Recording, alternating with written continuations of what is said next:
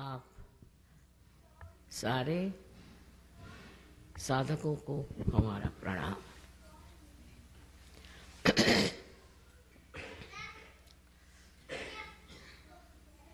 हम मंदिरों में जाते हैं भगवान के दर्शन करने और चाहते हैं कि हमें वो प्राप्त हो। इतना ही नहीं, हमारे अंदर अनेक इच्छाएं होती हैं जो हम सोचते हैं कि परमात्मा परिपूर्ण कर देंगे। ऐसी अनेक कारणों से हम मंदिरों में जाते हैं कि वहाँ का वातावरण हमें शांति दे और समाधान दे। ये बात तो सही है कि ये सब चीज़ें घटित हो सकती और इसीलिए मंदिर बनाए गए हैं, लेकिन इससे भी आगे कुछ जाने का और कुछ पाने का है, और इसका मूल तत्व भी हमारे हिंदू शास्त्रों में लिखा हुआ। लेकिन जब हम कुछ पढ़ते हैं तो उसके अंदर छिपा हुआ अर्थ हम नहीं समझ पाते कभी कभी।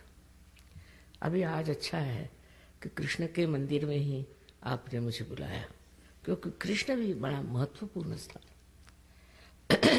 हमारे कुंडलिनी के जागरण की जो हम बात करते हैं उसमें कृष्ण का स्थान बहुत ऊंचा। उनके बगैर तो कुछ काम ही नहीं हो सकता। उनका स्थान हमारे अंदर, यहाँ पीठ के पीछे में कहना चाहिए, गर्दन के नीचे, इस जगह उनका स्थान है।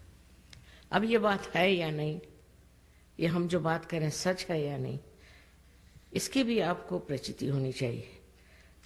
क्योंकि हम कह रहे हैं इसलिए आपको मान नहीं लेना चाहिए। और इसी वजह से हम सहयोग में जब आते हैं तब ये होता है कि हमारे अंदर बसी हुई ये शक्ति जो त्रिकोणाकार अस्थि में है, जिसको हम कुंडलिनी कहते हैं, ये सारा शास्त्रों में लिखा हुआ है। ये कोई हम ही कह रहे ऐसी बात नहीं। इसका जब जागरण होता है तो वो 6 चक्रों में से गुजर करके 7वां चक्र कुंडलिनी के नीचे होता है श्री गणेश जी का, और 6 चक्रों में से गुजर करके और हमारे ब्रह्मरंध्र को छेदती है, जो यहाँ पर सर पे, जिसको अंग्रेजी में फॉन्टेनेल बोन कहते हैं, उसमें से छेद करके चारों तरफ फैली परमात्मा की जो प्रेम शक्ति है, कार्य शक्ति है, जिसे संस्कृत में परम चैतन्य कहते हैं, उससे एकाकारिता प्राप्त करती है। जब यह घटना घटित हो जाती है तब हमारा संबंध उस परम शक्ति के साथ हो जाता है। उससे पहले जो भी हम कर रहे हैं इसलिए कि हम परमात्मा को याद रखें, धर्म को याद रखें, सही रास्ते पर चलें। पर ये सब करने के बाद आगे क्या? कल आपके बच्चे पूछेंगे कि ये सब क्यों करते हो, इससे क्या फ़ायदा है? और इसका फ़ायदा तभी पता चलेगा जब आपकी कुंडलिनी का जागरण हो करके चारों तरफ फैली इस प्रेम शक्ति से एकाकारता प्राप्त करें। और इसको सहज इसलिए कहा जाता कि ये बिल्कुल ही सहज है। सहज तो आप जानते ही हैं मतलब क्या है, पर इसका और मतलब है विश्लेषण से कि सह माने साथ, ज माने पैदा हो। आपके साथ ही ये योग, जिसमें कहते हैं कि ये हमारा जीवात्मा जो है वो इस शक्ति से जब एकाकारिता प्राप्त करता है, यही असली योग है। ये योग बिल्कुल सहज है और सबके अंदर स्थित है। आप हिंदू हो, चाहे मुसलमान हो, चाहे ईसाई हो, चाहे आप काले गोरे कुछ भी हो, ये कुंडलिनी शक्ति सबके अंदर स्थित है। तब हम लोग अलग अलग कैसे कह सकते हैं? ये ज़रूर है कि हमारा भारतीय कल्चर बहुत ऊंचा है, इसमें कोई अपने संस्कृति की विशेषता है, और उस संस्कृति के वजह से हम लोग एक कायदे के तरीके से चलते हैं। पर तो भी उसका अंत जब तक हम नहीं प्राप्त करेंगे हमें सुख नहीं मिल सकता, आनंद नहीं मिल सकता, और जो कुछ भी हमें वचन दिए गए हैं वो हो नहीं सकता। इसका जागरण करना कोई कठिन काम नहीं था, लेकिन पहले ज़माने में ऐसा देखा गया कि इस तरह की कोई प्रणाली थी, इस तरह की कोई परंपरा थी कि उस परंपरा के कारण एक इंसान को ही कोई जागरूक करता था। एक ही आदमी उस दशा में जाता था। मुझे लगता हो सकता है उस वक़्त लोगों को ये भी डर हो कि कोई जागरूकतावस्था में चला जाए तो उसको सब लोग सताएंगे। आपने सुना होगा कि हमारे देश में जहाँ इतनी भारतीय संस्कृति है, किस तरह से हरेक अवतरण को भी और हरेक परमात्मा के भक्तों को भी, इतना ही नहीं पर संतों को भी लोगों ने बहुत सताया। और पता नहीं क्यों सताते थे, मेरी समझ में नहीं आता है कि ऐसी सताने की ज़रूरत क्या थी, पर कुछ ऐसा हो जाता था स्वभावतः कि वो लोग संसार में रहने लायक नहीं रहते। आपने ज्ञानेश्वर जी के बारे में भी सुना होगा कि इनको इतना सताया कि 23 साल की उम्र में उन्होंने अपनी समाधि ले ली। जीते जागते 23 साल की उम्र में उन्होंने अपनी समाधि ले ली। इतना हम लोगों ने उन्हें सताया। उसके कारण ये थी कि मनुष्य समझ ही नहीं पाता था कि ये जो सूक्ष्म बात कहते हैं इसमें कोई अर्थ है। और इसलिए इस तरह की बहुत सी घटनाएं अपने देश में भी हुई कि लज्जाजनक। हम लोगों ने संत साधुओं को बहुत सताया, बहुत छला, क्योंकि वो प्रेम में रत थे। उनका विश्वास तो था ही भयंकर जबरदस्त था, और वो प्रेम में रत रहते थे। इस वजह से शायद हो कि लोगों को अच्छा नहीं लगा। बहरहाल उसका कारण कुछ भी हो, बात एक कहने की ये है कि हमें भी उस चीज़ को प्राप्त कर लेना चाहिए। आज समाज में सहयोग 72 देशों में चल रहा है, तो ऐसी कोई समस्या खड़ी नहीं होगी जब आप संत हो जाएंगे तो आपको कोई तकलीफ होगी। पर संत होने के लिए कोई चीज़ छोड़ना छाड़ना ये गलत बात है। कि जैसे बुद्ध धर्म आने पर लोगों ने ये शुरू करी चीज़, लेकिन तब आदि शंकराचार्य 6ठी शताब्दी में आए और उन्होंने कहा सब बेकार चीज़ें। खुद उन्होंने संन्यास लिया था क्योंकि उन्हें कार्य करना था, पर उन्होंने कहा इस तरह का संन्यास लेना, इस तरह के कपड़े पहनना, इसलिए जो बुद्ध मार्ग है वो सब गलत है। आप अपने ही घर में बैठ के अपने ही हालत में इसको प्राप्त कर सकते हैं। उन्होंने सबसे ज़्यादा सहयोग पर लिखा और उन्होंने ये कहा कि जब आप इसको प्राप्त करते हैं, जब आपके अंदर ये घटना घटित होती है तो ठंडी ठंडी आवाज़ सलीलम सलीलम, ये शब्द उन्होंने लगाए। और इस तरह से उन्होंने कहा कि हमारे अंदर इस तरह से ये घटित होने के बाद धीरे धीरे सलीलम सलीलम, ये परमात्मा की जो चैतन्य शक्ति है अंदर बहना शुरू हो जाती है। सबसे ज़्यादा आदि शंकराचार्य जिन्होंने कि अपने हिंदू धर्म को स्थापित किया, फिर से स्थापित किया, उन्होंने इस पर इतना कुछ लिखा, पर कोई विचार ही नहीं करता, उधर ध्यान नहीं देता। और उन्होंने ये जो हम जिसे अंग्रेजी में बेलो वाइब्रेशंस कहते हैं, उसको स्पंद शब्द लगा। स्पंद, हृदय में स्पंद होता है ना, हृदय का स्पंद, ऐसे ही उनका ये स्पंद हाथ से बहता है। ये सब घटित होना चाहिए अगर हम उनको मानते हैं तो। और अगर हम हिंदू धर्म को मानते हैं तो आदि शंकराचार्य को पहले मानना चाहिए। वो बड़े भारी देवी भक्त थे, ये तो बात है, और हम लोग सभी देवी भक्त हैं। और इसकी वजह ये हुई मेरे ख्याल के उसके बाद किसी ने इधर ध्यान ही नहीं दिया, किसी ने कहा नहीं, और दुनिया भर की चीज़ें कहना शुरू कर दी कि कुंडलिनी के जागरण से ये नुकसान होता है, वो नुकसान होता है, ये तकलीफ होती है, वो तकलीफ। ये बिल्कुल झूठ, सरासर झूठ बात है। ऐसे कुछ नहीं होता। जिस परमात्मा ने आपको बनाया, मनुष्य बनाया, उनकी खुद की इच्छा है कि आप इसको प्राप्त करें। और ये आपकी स्वयं की माँ, अपनी अकेली माँ है, आपकी माँ है, और आपके बारे में सब कुछ जानती है। आपसे कुछ गलतियाँ भी हुई होंगी, आप में कुछ आकांक्षाएं रही होंगी, आप चाहते होंगे कि हम ये बन जाए, कुछ स्वप्न रहे होंगे। उनको पूरी करने के लिए ये लालायित है कि आपको अपना दूसरा जन्म प्राप्त हो, और ये देना चाहती है। वो आपको कैसे तकलीफ देगी? जब आप पैदा हुए थे तो सारी तकलीफें तो माँ ने ही उठाई थी, आपने कुछ उठाई थी क्या? इस तरह की गलत सलत बातें, धारणाएं फैला करके लोगों को और भी वंचित कर दिया, हटा दिया गया कि असलियत के।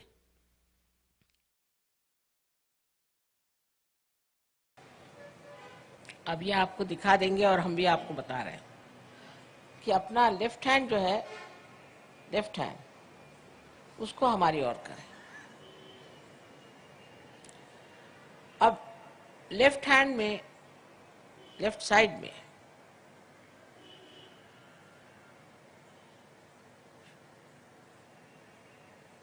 जो शक्ति है वो इच्छा शक्ति है, पावर ऑफ डिजायर, इच्छा शक्ति। जब आपने ऐसे हाथ कर दिया तो आपने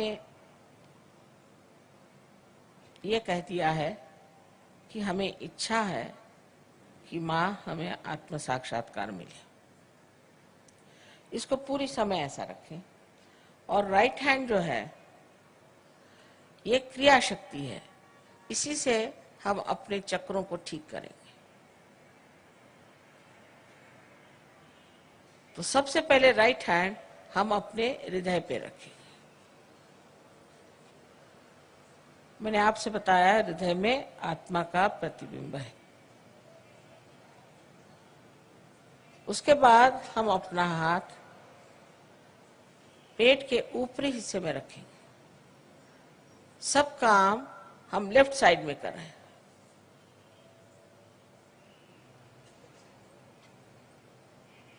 ये हमारे गुरु का स्थान है। माने बड़े बड़े जो सदगुरु हो गए उन्होंने हमारे लिए ये चक्र बनाया हुआ है और इसकी जागृति से आप अपने गुरु हो जाते हैं।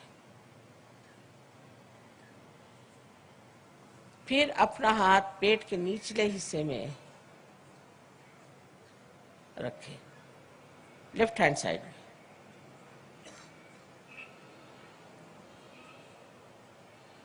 फिर यही हाथ ऊपर ले जाएं, फिर से लेफ्ट हैंड साइड में अपने पेट के ऊपरी हिस्से में रखें, फिर से हृदय पे रखें। अब ये हाथ अपनी गर्दन और अपना कंधा इसके बीच के कोण के ऊपर रखें, कोण में जहां तक पीछे जा सकता है, और गर्दन को राइट साइड में मोड़ लें। मैंने आपसे अभी बताया कि ये चक्र पकड़ने से क्या बीमारियां हो जाती हैं। अब अपने हाथ को, राइट हैंड को पूरी तरह से आड़ा इस तरह से अपने माथे पर रखें, कपाल पर, और पूरी तरह से गर्दन नीचे झुका लें।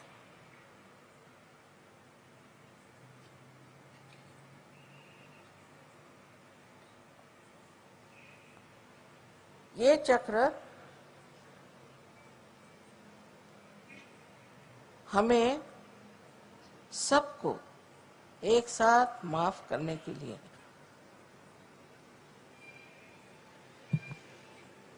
अब अपना राइट हैंड सर के पीछे के हिस्से में डाल और सर को पीछे की ओर मोड़ दें, जहां तक मोड़ सकते हैं।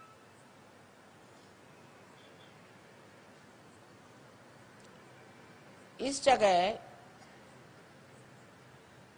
अपने को दोषी न ठहराते हुए, अपनी गलतियां न गिनते हुए, अपने ही समाधान के लिए आपको कहना चाहिए कि हे परम चैतन्य, हमसे कोई गलती हुई तो क्षमा करो। ये बाद में होगा, अभी आप जान लीजिए चक्र इसी कार्य के लिए। अब अपना हाथ पूरी तरह से फैला दीजिए और हथेली के बीच का हिस्सा बराबर आपके सर के तालू के ऊपर रखा जाए और उसे पूरी तरह से दबाने के लिए उंगलियां बाहर की ओर खींच लें, बहुत जरूरी है। तालू पर रखा जाए और उंगलियां बाहर की ओर पूरी तरह खींच लें और सर को पूरी तरह से नीचे झुका लें। अब आप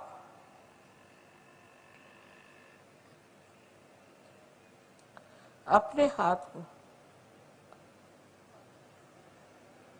पूरा दबाव डाल करके इस तरह से घुमाएं कि आपके सर की जो स्कैल्प है, चमड़ी है, वो घूमेगी घड़ी के कांटे जैसे उस दिशा से घुमाइए जैसे घड़ी के कांटे घूमते हैं 7 मरतबा।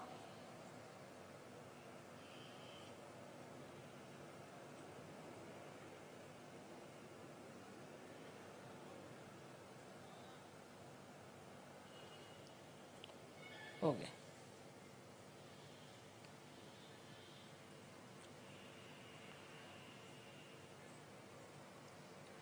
इतना ही बस करना है।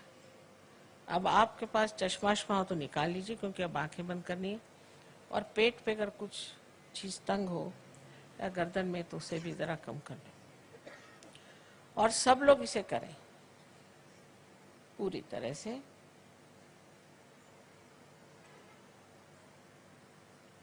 फिर से मैं कहूंगी कि प्रसन्न चित्त हो जाए।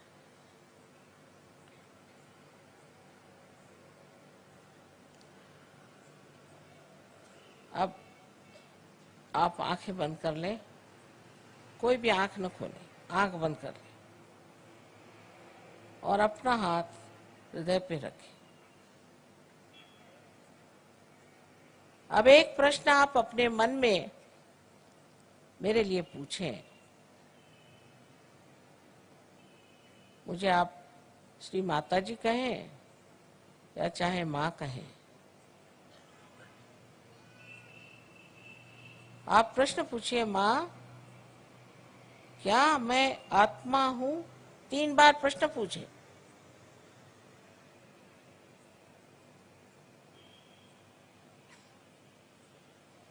ये बड़ा मूलभूत प्रश्न है।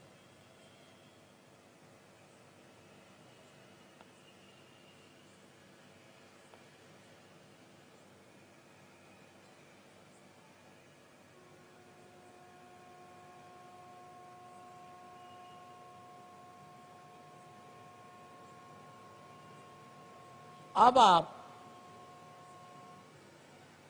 ये जान लीजिए कि अगर आप आत्मा हो गए तो आप अपने गुरु भी हो जाते हैं, क्योंकि आत्मा के प्रकाश में आप अपने ही गुरु हो जाते हैं। इसलिए आप कृपया अपना राइट हैंड पेट के ऊपरी हिस्से में रखें, लेफ्ट हैंड साइड पर उंगलियों से दबा लें इस गुरु तत्व को। अब यहां दूसरा प्रश्न मुझसे करें, मां क्या मैं स्वयं का गुरु हूं? मां क्या मैं अपना ही गुरु हूं? क्या मैं अपना ही मास्टर हूं?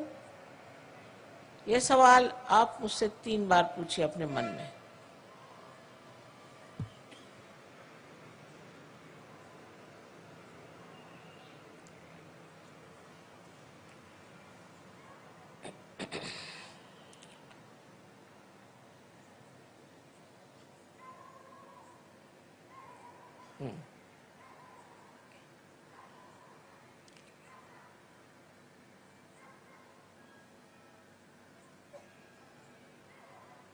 अब आप अपना राइट हैंड पेट के निचले हिस्से में लेफ्ट हैंड साइड में रखें और ये जान लीजिए कि मैं आपकी स्वतंत्रता का पूर्ण आदर करती हूं और आप पे मैं जबरदस्ती शुद्ध विद्या लाद नहीं सकती। जो शुद्ध विद्या इस चक्र से आपको पूरा ज्ञान कराएगी परमात्मा की शक्ति का। इसलिए आपको यहाँ कहना होगा 6 मर्तबा, क्योंकि इस चक्र में 6 पंखुड़ियां हैं। अपने हृदय में आपको मांगना होगा, श्री माता जी मुझे आप शुद्ध विद्या दीजिए।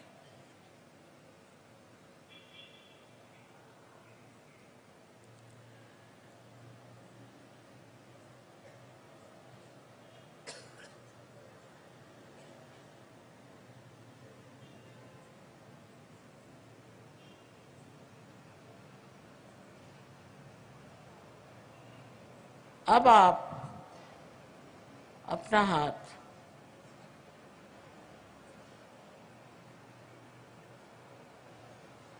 जरा जोर से दबाइए।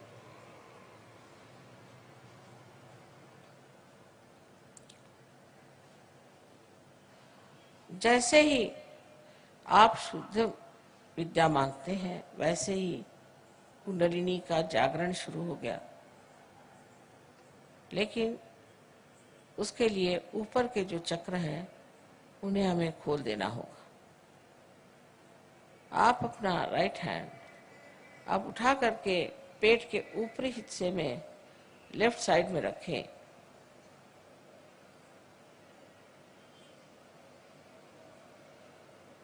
और पूर्ण आत्मविश्वास के साथ, आत्मविश्वास से ही चक्र खुलेंगे।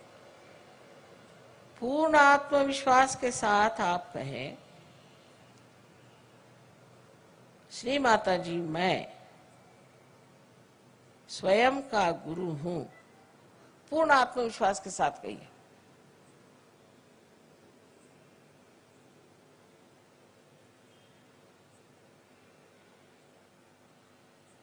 दस मर्तबा 10 बार कहिए, 10 times।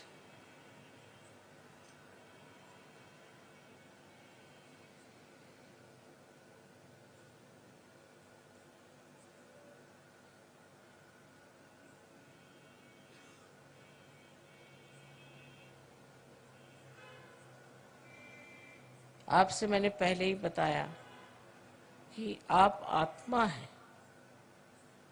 आप ये शरीर, बुद्धि, मन, अहंकार आदि उपाधि नहीं, किंतु आप शुद्ध आत्मा हैं। अब अपना राइट हैंड आप हृदय पे रखें और पूर्ण विश्वास के साथ आप 12 मर्तबा कहिए, श्री माता जी मैं शुद्ध आत्मा हूं। श्री माता जी मैं शुद्ध आत्मा हूं। अपनी अपनी भाषा में कहिए, जिस भाषा में कहना चाहे। 12 मर्तबा कहिए।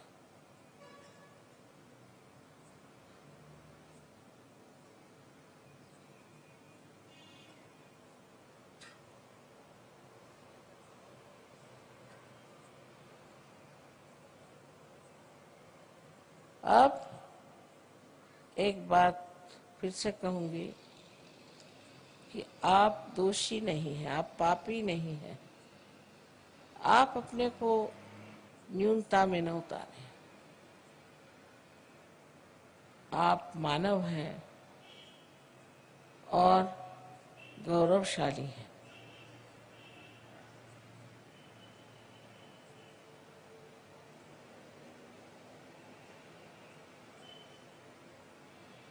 चारों तरफ फैला हुआ परमात्मा का ये प्यार, ये समुद्र है क्षमा का। आप कोई ऐसी गलती नहीं कर सकते कि जो इस समुद्र में पूरी तरह नष्ट ना हो जाए। इसलिए आप अपने ही को क्षमा करें और अपना राइट हैंड, अपना कंधा और अपनी गर्दन इसके बीचों बीच रखें और अपनी गर्दन राइट साइड को पूरी तरह से मोड़ दें। यहां पर आपको 16 मर्तबा कहना होगा, श्री माता जी मैं बिल्कुल दोषी नहीं हूं, मैं निर्दोष हूं। 16 मर्तबा कहिए, पूर्ण विश्वास के साथ कहिए, मैं कहती हूं कि आप निर्दोष हैं।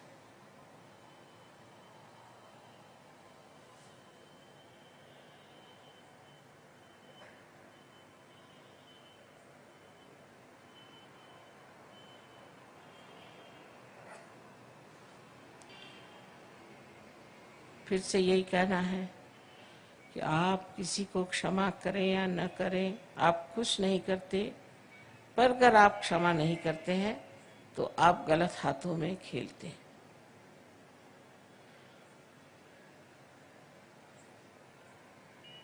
इसलिए आप सबको एक साथ क्षमा करें।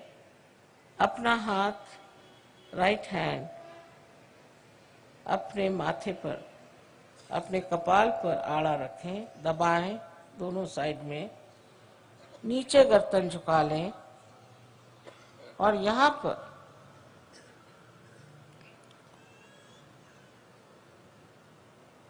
पूर्ण आत्मविश्वास से कहें, श्री माता जी, मैंने सबको एक साथ क्षमा कर दी।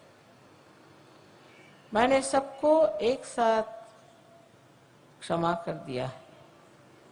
कितने बार कहने की बात नहीं, हृदय से कहना होगा, माँ मैंने सबको एक साथ क्षमा कर दिया।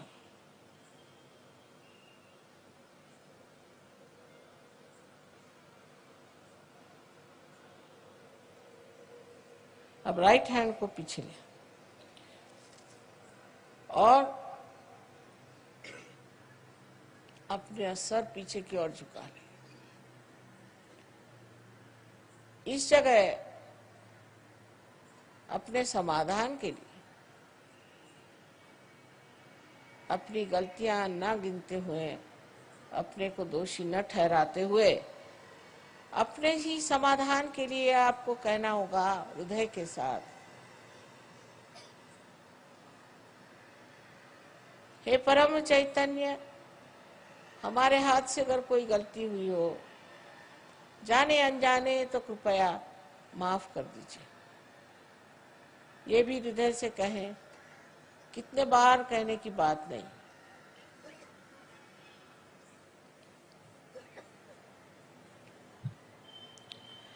अब आखिरी चक्र बहुत महत्वपूर्ण है।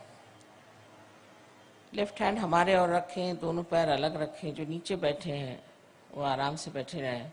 लेकिन अब अपने हाथ को पसार लें, हथेली को पूरी तरह से खींच लें और उसके बीचों बीच जो जगह है उसको आप बराबर अपने तालू पर, जो कि आपके बचपन में एक बहुत स्निग्ध सी हड्डी थी, उस पर रखें और अपनी गर्दन झुका लें पूरी तरह से। अपनी उंगलियों को पूरी तरह से खींचें बाहर की ओर, इससे पूरा दबाव आपके स्कैल्प पर, आपके सर की चमड़ी पर पड़े। अब ये जान लीजिए कि मैं आपकी स्वतंत्रता को मानती हूँ और मैं आप पर आत्म साक्षात्कार लाद नहीं सकती, आपको मांगना होगा। अब कृपया इस हाथ को आप 7 मर्तबा धीरे क्लॉकवाइज, माने घड़ी के कांटे की तरह धीरे धीरे घुमाएं और कहें 7 मर्तबा, श्री माता जी, मुझे आप कृपया आत्म साक्षात्कार दीजिए, मुझे आत्मबोध दीजिए। श्री माता जी, मुझे आप आत्मबोध दीजिए। 7 मर्तबा कहें।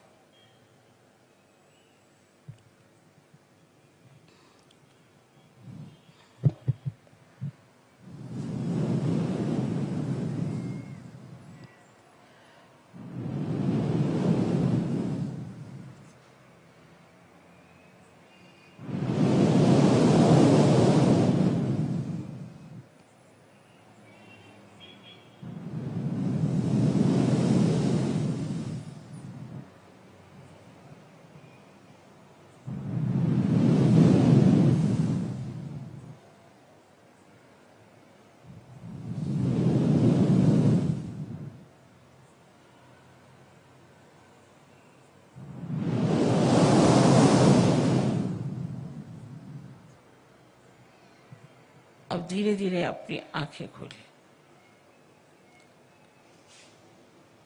अब दोनों हाथ मेरी ओर करें इस तरह से और मेरी ओर देखें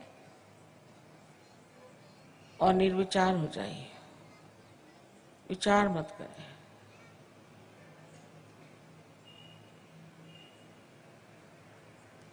अब राइट हैंड थोड़ा आगे करके अपना सर झुका के देखें कि आपके तालू में से ठंडी या गरम गरम कुछ हवा आ रही है क्या। सर के ऊपर हाथ रखें, उसको छुए नहीं, दूर से देखें। किसी किसी को बहुत दूर तक आती हवा, आ रही ठंडी हवा, देखिए सर में से आ रही। राइट हैंड मेरे ओर करें, राइट हैंड मेरे ओर करें, लेफ्ट हैंड से देखिए। पहले राइट हैंड करें मेरे ओर, हाँ अब लेफ्ट हैंड से देखिए। राइट हैंड, हाँ मेरे ओर करें, लेफ्ट हैंड से देखिए। आ रही? अच्छा, अब लेफ्ट हैंड मेरे ओर। अब गर्दन झुका के देखिए, राइट हैंड से आ रही क्या, देखिए सब आ रही। एक सवाल पूछे कि श्री माता जी क्या यही परम चैतन्य है, यही क्या परमात्मा की प्रेम शक्ति है? 3 बार कोई सा भी एक प्रश्न करें, ऊपर गर्दन करके आकाश की ओर देखिए।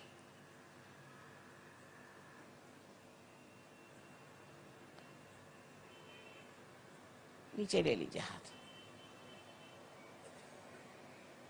ऐसे रखें हाथ। जिन लोगों के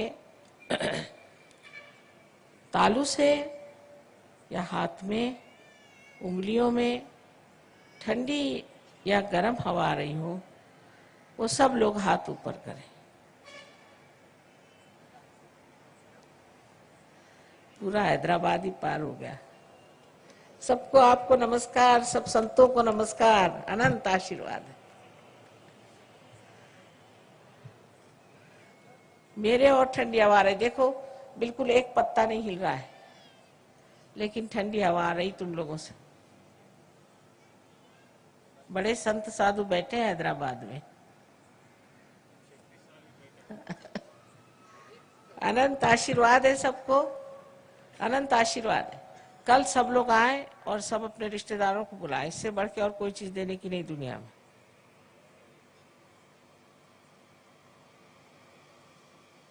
और अब मौज से घर पे जाएं, इस पे तर्क वितर्क न करें, तर्क वितर्क की बात नहीं है।